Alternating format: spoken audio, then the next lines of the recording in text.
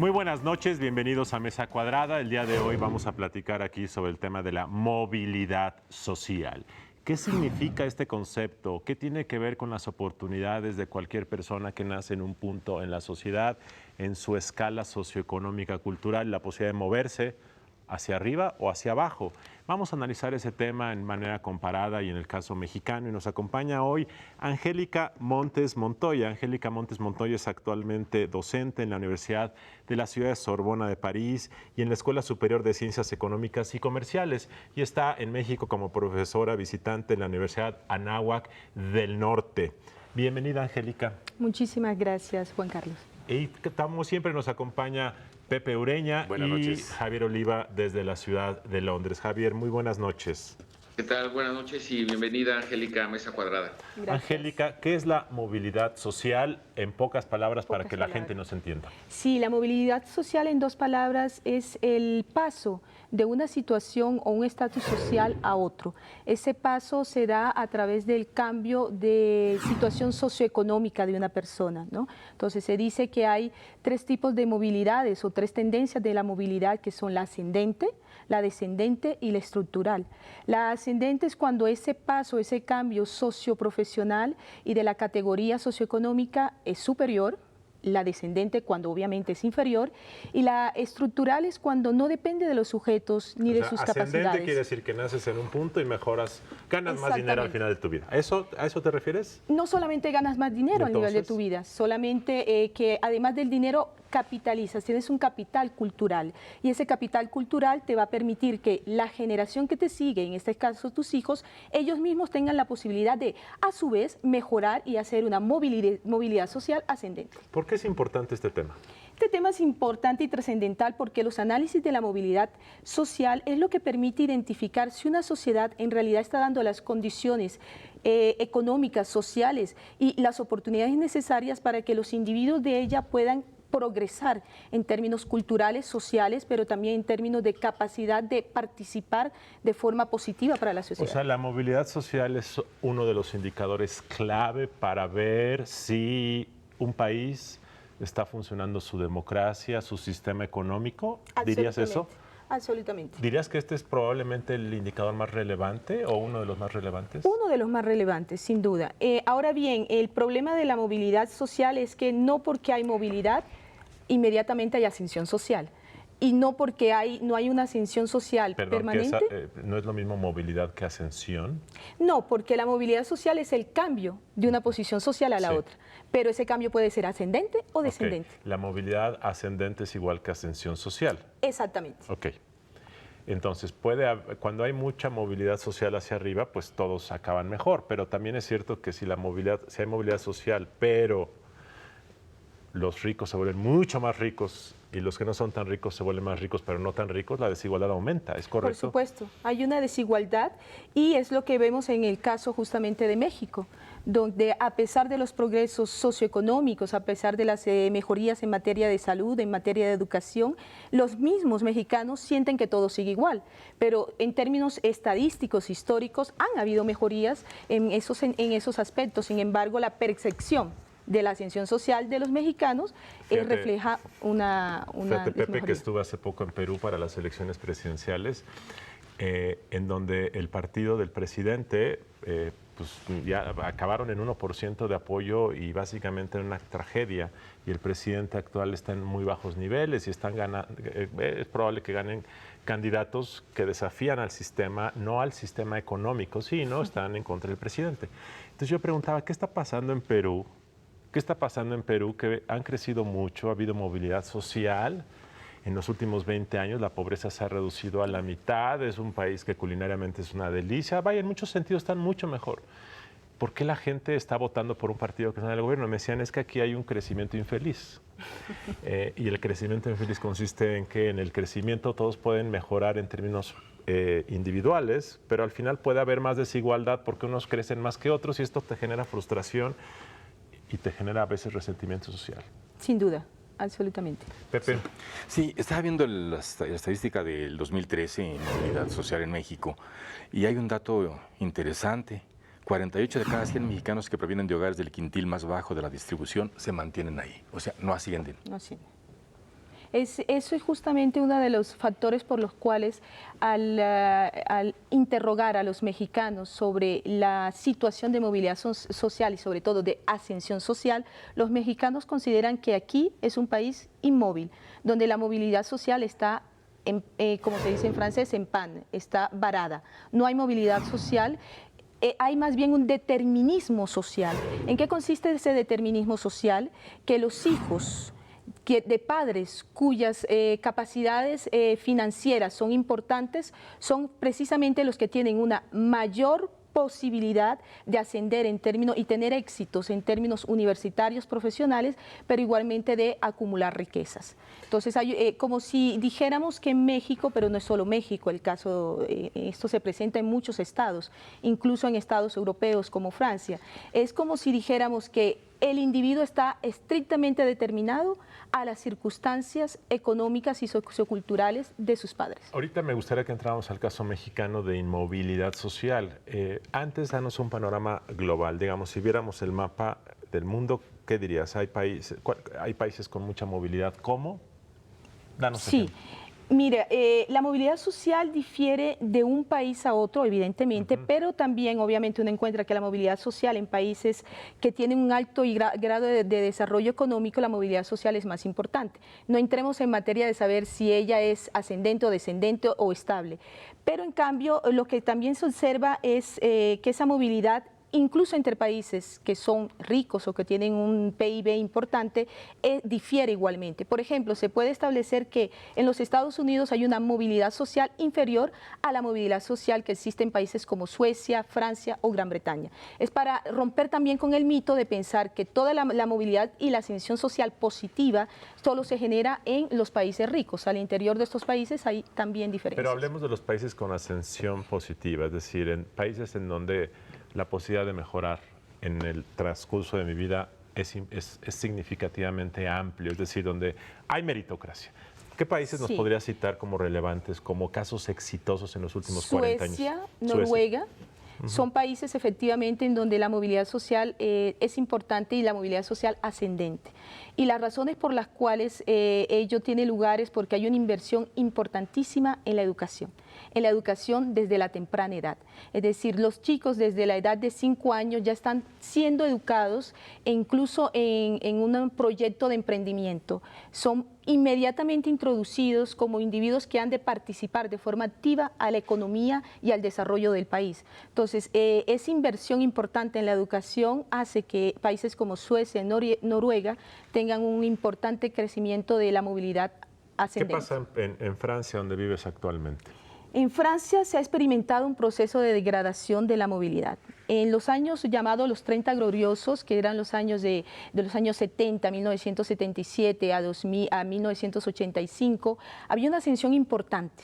Es decir, las personas, los hijos de obreros, rápidamente podían, gracias al estudio, pasar a ser empresarios o pasar a ser profesionales liberales, ¿no? Había inmediatamente en el transcurso de una generación a otro, una mejoría de las condiciones socioeconómicas. A partir de 2003 se experimenta una situación bastante delicada y es lo que los franceses llaman el ascensor social está varado. ¿Por qué? Porque la educación se degrada igualmente. Actualmente, como ocurre igualmente en México, y lo podemos ver justamente en el informe que usted acaba de citar, Pepe, los padres que tienen una situación profesional importante o estable y que tienen estudios superiores son los que están invirtiendo en la educación privada para los hijos. Y esa educación privada genera una distinción importante porque los recursos de la educación privada generan justamente programas más calificados que en la educación pública, donde el Estado tiene que cubrir el mayor número posible de individuos, ¿no? Entonces hace una educación elitista. Muy bien, Angélica, vamos a un corte, regresamos en unos momentos. Estamos hablando del tema de movilidad social.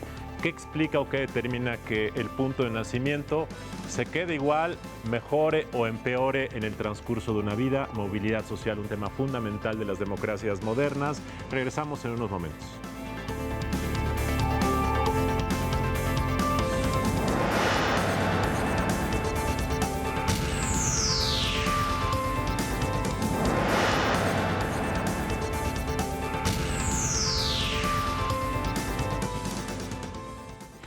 Regresamos a Mesa Cuadrada, estamos platicando con Angélica Montes Montoya, quien es actualmente profesora de la Universidad de la Sorbona de París y está en México como profesora visitante en la Universidad de Anáhuac del Norte. Su tema es la movilidad social, un tema fundamental que estamos tratando de entender qué significa, por qué es importante este asunto. Pepe. ¿En qué nivel está México y si se aleja de los estándares internacionales, sobre todo del primer mundo, o se rezaga, avanza? ¿Cómo estamos? Bueno, en términos de la movilidad social, se dice que hay una movilidad social perfecta cuando hay una movilidad social fluida entre los estratos o lo que llaman aquí quintil 1 y 4. En el caso de México, o una movilidad fluida entre el quintil 5 y el quintil 3. Es decir, que de la misma manera en que una persona que se encuentra en el quintil 5 puede encontrarse en el 3, una persona que está en el 1 puede encontrarse en el 4. Pareciera ilógico, ustedes me dirían, pero ¿qué gana México que haciendo que la población del quintil 5 bajara al quintil 3? Lo que mostraría es que México ofrece las mismas condiciones, posibilidades y oportunidades por igual a todos los mexicanos, tanto del quintil 1 como del quintil 4, y que sería más la meritocracia, en este caso, como usted lo dijo, Juan Carlos, Luis Carlos, sería justamente la meritocracia, el esfuerzo personal, el trabajo intenso y calificado de cada individuo, lo que implicaría la ascensión o el descenso. Ahora bien, México en ese sentido obviamente no se encuentra en esa situación porque la distancia entre el quintil 1 y el quintil 5, en lugar de achicarse, progresivamente se ha aumentado, se ha incrementado ese abismo de lo que en muchos estudios sociopolíticos se llama la división de clases, ¿no?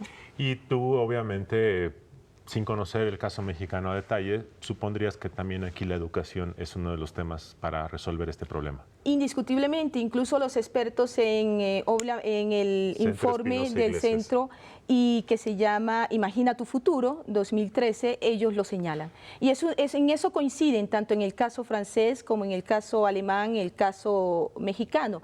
La preocupación mayor es cómo garantizar que la misma educación se impartirá a toda la población y que la emergencia del sistema educativo privado no genera una educación a dos velocidades. Claro. Entonces, para los dos es una preocupación importante. Hemos hablado en este programa sobre la política en Estados Unidos y por qué el ascenso de Trump, y un argumento que se da es que la falta de movilidad ha generado frustración y enojo, y ante eso surgen desafíos populistas como el de Trump. ¿Qué opinas de eso, de la movilidad en Estados Unidos? Bueno, yo creo que es un elemento de explicación de la emergencia de Trump, pero no puede uno centrarse y decir que es la única razón.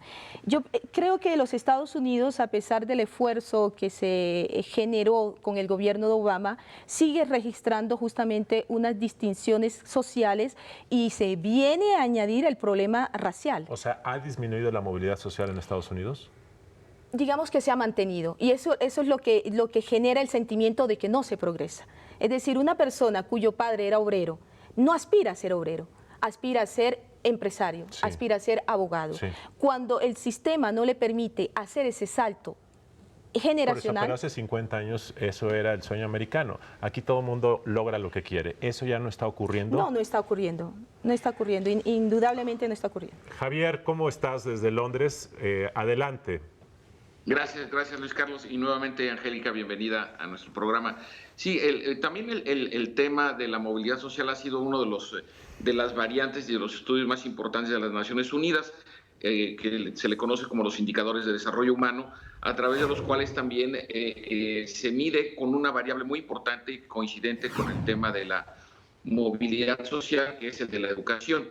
La educación como un servicio público, qué tan útil es para la promoción de mejores condiciones de vida de los estudiantes, básicamente en lo que se refiere a la instrucción desde la primaria hasta las escuelas técnicas.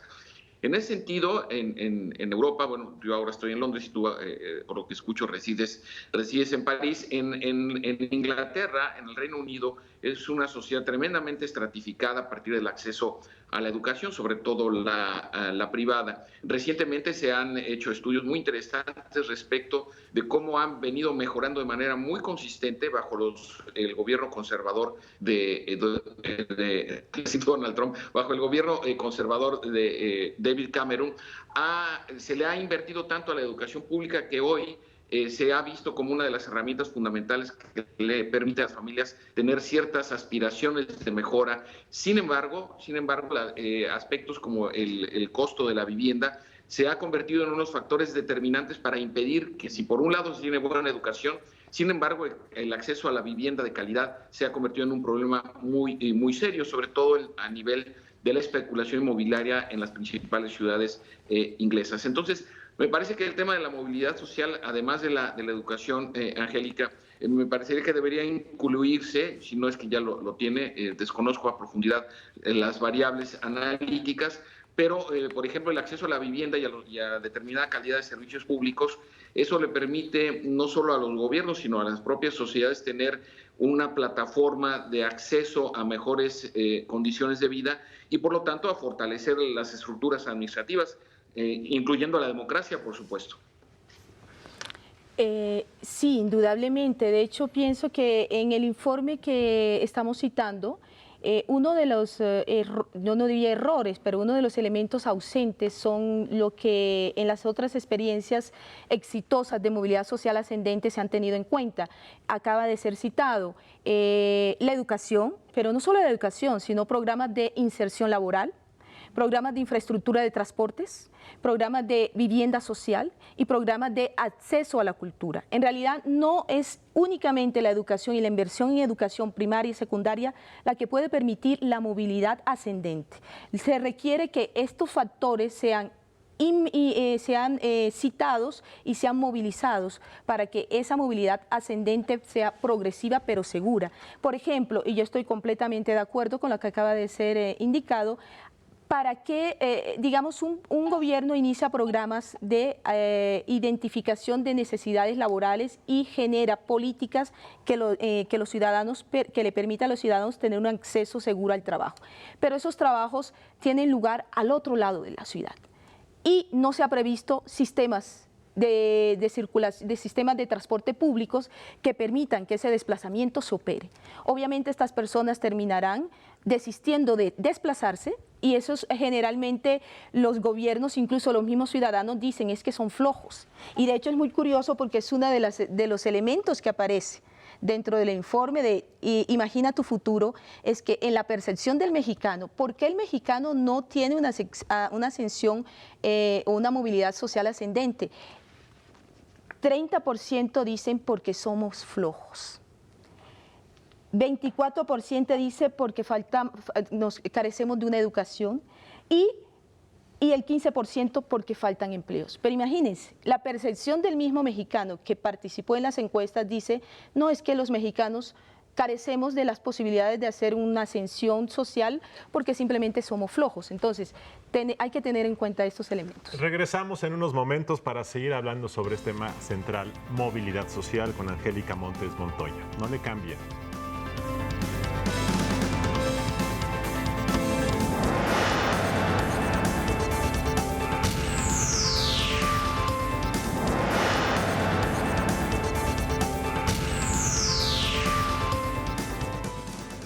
Estamos en Mesa Cuadrada hablando sobre el tema de movilidad social. ¿Cuáles son las probabilidades de que se nazca en un lugar en la sociedad en términos socioeconómicos, culturales, y uno pueda moverse hacia arriba, pueda moverse hacia abajo o quedarse ahí? Eso es lo que estudia la movilidad social y claramente es uno de los temas centrales del mundo moderno, que haya oportunidades, que haya mérito, que haya esfuerzo y que haya resultados. una sociedad en donde todo el mundo se queda inmóvil es una sociedad que es inestable, genera riesgo, genera discriminación, genera desigualdad, genera descontento y genera crisis en las instituciones. Angélica Montes Montoya nos acompaña y antes de irnos al corte estábamos platicando de lo que piensan los mexicanos y me llama mucho la atención porque los mexicanos dicen que las principales causas de pobreza o de fracaso en la vida se deben a varios temas, pero el primero que ponen es la flojera, el 30%. Si esto es así, Angélica, pues la verdad es que la falta de movilidad social es por un problema personal, es por flojera y entonces en ese sentido pues es justo que la gente no mejore, si esto es real, porque lo que dicen después es cuáles son las principales causas de éxito. Y la gente dice la iniciativa personal y el trabajo responsable. O sea, los mexicanos están diciendo que a pesar de todas las restricciones que hay en el mundo, si se esfuerzan y trabajan, pueden salir adelante y que la flojera es el principal obstáculo. Sí, ahora, estos datos hay que tomarlo con pinzas porque es la manera como ellos perciben las razones por las que ellos no pueden tener una ascensión social, por la que ellos no pueden pasar de un estatus de obrero a un estatus de empresario o de profesión liberal. Por eso es que hay que tener mucho cuidado con esos datos. Sin embargo, es significativo porque eso muestra efectivamente que hay un imaginario social según el cual el mexicano carece de iniciativa y de emprendimiento y que por lo menos es consciente que la meritocracia, que es un elemento fundamental en la teoría de la movilidad social, exige emprendimiento, sacrificio y exige esfuerzo personal. Entonces, ellos son conscientes de que por lo menos esos elementos no están suficientemente presentes en sus vidas, ¿no? Pepe. A ver, ¿qué pesa más, la realidad o la percepción social? Esa sería una pregunta. ¿Y cuánto incide en la democracia?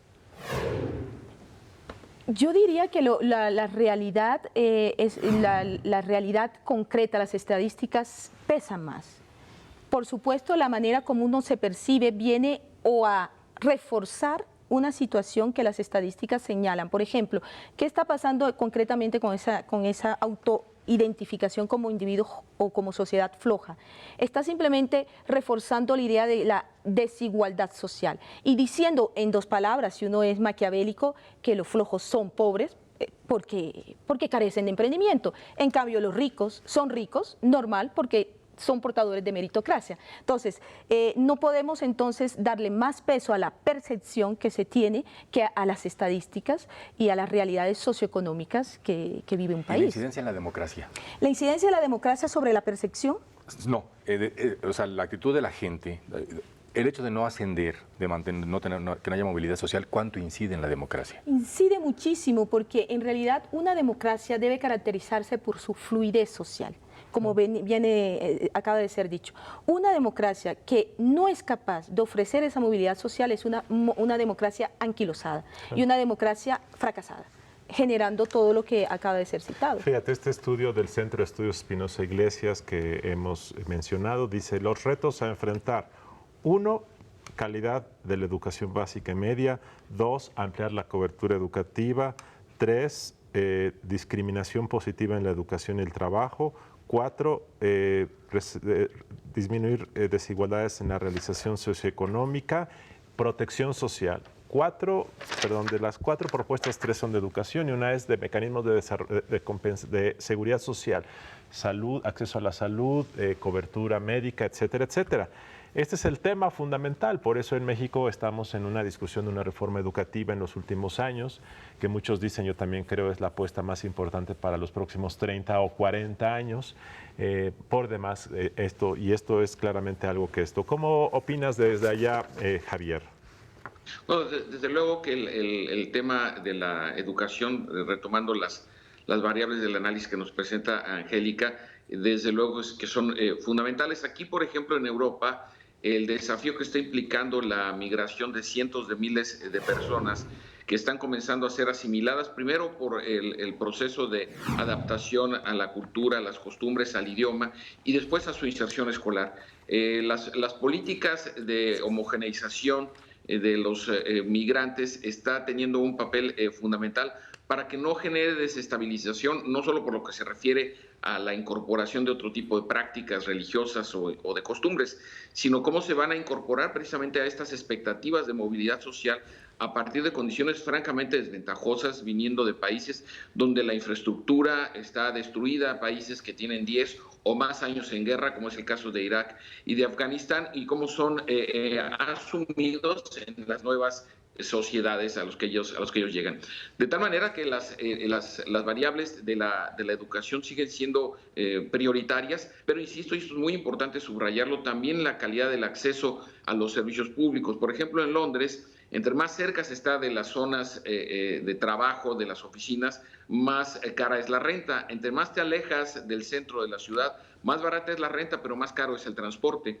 Entonces, la búsqueda de equilibrios en donde los ingresos familiares, los ingresos de los trabajadores, de los empleados, de los obreros, sea de alguna forma lo suficientemente sólido como para que les permita no solo ahorrar, que también es una variable muy importante aquí en Europa, la capacidad de ahorro es muy importante, y eso es lo que les permite de alguna manera tener acceso a los sistemas bancarios, a créditos que les permita a su vez adquirir bienes de cualquier tipo, sobre todo bienes raíces, cuestiones que por ejemplo, sobre todo en México tenemos muchos años en donde los créditos son extraordinariamente caros y los premios al ahorrador promedio en los bancos son francamente irrisorios, incluso en este momento están por debajo de la inflación, es decir, se pierde dinero teniéndolo ahorrado ante la depreciación del dinero. Entonces, sí me parece que estas variables que uno está presentando, Angélica, en el estudio, me parecen muy importantes para considerar en los enfoques de movilidad social, no solo desde una perspectiva sociológica, sino incluso desde una perspectiva de la psicología social. Gracias, Luis Carlos. Sí, yo quisiera añadir que saliéndonos un poco del análisis sociológico, estadístico, es importante también volver a ciertas teorías de carácter político y económico o filosófico económico. Pienso en Amartya Sen, que tiene esa noción de capacidad, ¿no? En la que se dice que un Estado no debe solamente garantizar las condiciones de acceso, sino ofrecer concretamente y sustancialmente las condiciones de acceso a la ascensión social. Dicho de otros términos, ok, se abren más escuelas públicas, pero como acaba de ser recordado, las escuelas públicas si se abren, se requiere igualmente que las personas y los estudiantes que tendrán acceso a esas escuelas públicas, los padres tengan unas condiciones dignas de vida, salubridad, vivienda, transportes públicos y acceso al trabajo. Y todo eso solo se puede lograr a través de mecanismos de políticas públicas en las que los estados den condiciones reales y concretas de ejercicio de derechos, ¿no? Pues muy bien, ahí tiene usted, Angélica Montes Montoya, muchas gracias por acompañarnos. Es un tema fundamental, la fluidez social es uno de los elementos fundamentales de las democracias modernas y si ese fluido está estancado, estamos en graves problemas y en México estamos en graves problemas en ese sentido. La educación es la apuesta para ese tema. Muchas gracias, Pepe, por acompañarnos. Gracias, Javier Oliva, desde Londres. Hasta pronto. Angélica, mucho éxito en tu regreso a París. Gracias. Buenas noches.